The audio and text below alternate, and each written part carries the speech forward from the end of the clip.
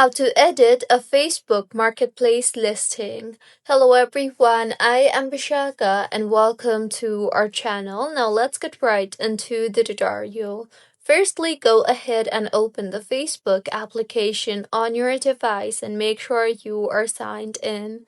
Now, tap on the Marketplace option from the bottom tab of your screen, and if you don't have the Marketplace option at the bottom, then tap on the menu option on the bottom right of your screen and then tap on the Marketplace option you see there.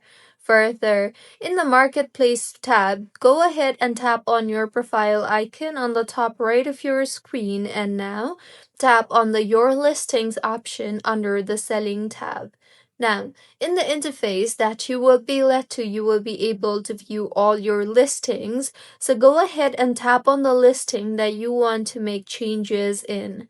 Once you have opened, you will see the option for Edit Listing. Tap on that and now go ahead and make any required changes, such as editing the price or editing the details of your listing, or adding more photos, or removing the current picture and adding a new picture.